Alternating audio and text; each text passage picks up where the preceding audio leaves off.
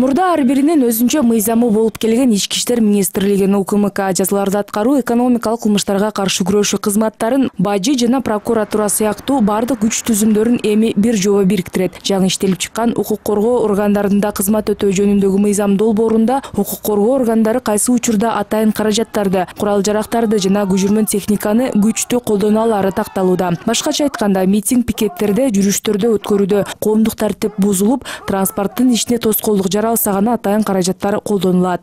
Колдонулат. Эгерде коомдук тартип абдан катуу бузулган болсо, бул мисалы мурда болгондой өрттөнүп, талкаланып жана башка массалык коомдук тартип бузулган болсо, ушунда колдонулат.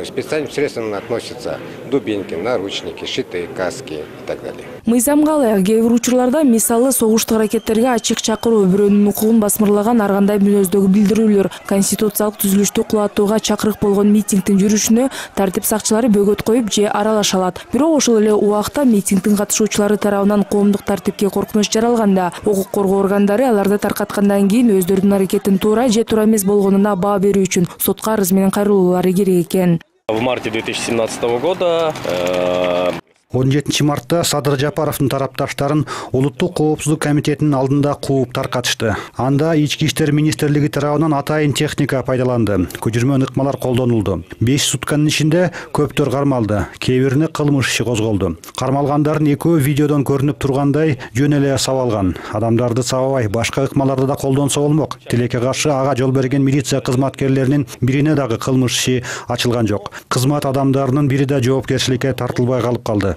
Мындан тышкары өлкөнүн укук коргоо органдарын реформалоо боюнча мыйзам долбоору аркылуу кээ бир жаңылыктарды киргизүү каралууда. 2020 жылдан баштап укук коргоо органдарында айлык маяна чегерүү жана социалдык кепилдик системасы жөнөкөйлөтүлөт. Долбоорду ишке ашыруу үчүн бюджеттен 2,5 миллиард сомдон ашуун каражат бөлүү зарыл. Ошондой эле документке ылайык укук коргоо органдарында кызматка сынактын негизинде кабыл алынмакчы. Самое главное по конкурсу отбирать вот основное, так сказать. Эң башкысы шаардык, райондук ички иштер бөлүмдөрүнүн башчыларын конкурстук негизде кабыл алыш керек. Ага чейинкисине бардыгы эле келген министрлер макул болот. Бирок жетекчилерди сынактын негизинде кабыл алуу жөнүндө айтылган деле. Милициянын жетекчилерин дайындай албасам, мен эмнеге бул жерде отурам деп чыгышат. Эгер эстесем, бир эмес 6 министр ушундай оюн айткан. Бул жерде саясий эрк керек. Мындан тышкары Ички иштер министрлигинин ичкиликтөө кызматынын ыйгарым укуктары олуттуу түрдө кеңейтилип, анын штаттык курамы көбөймөкчү. Ошондой эле милицияда кызмат өтөөнү контракттык негизге өткөрүү сунушталууда. Мыйзам долбоору дагы бышыкталып чыгып, жакын арада жогорку кеңештин кароосуна чыгарылат. Рахат Жаныбекова, Болот Исаев, Нурбек Капаров, НТС.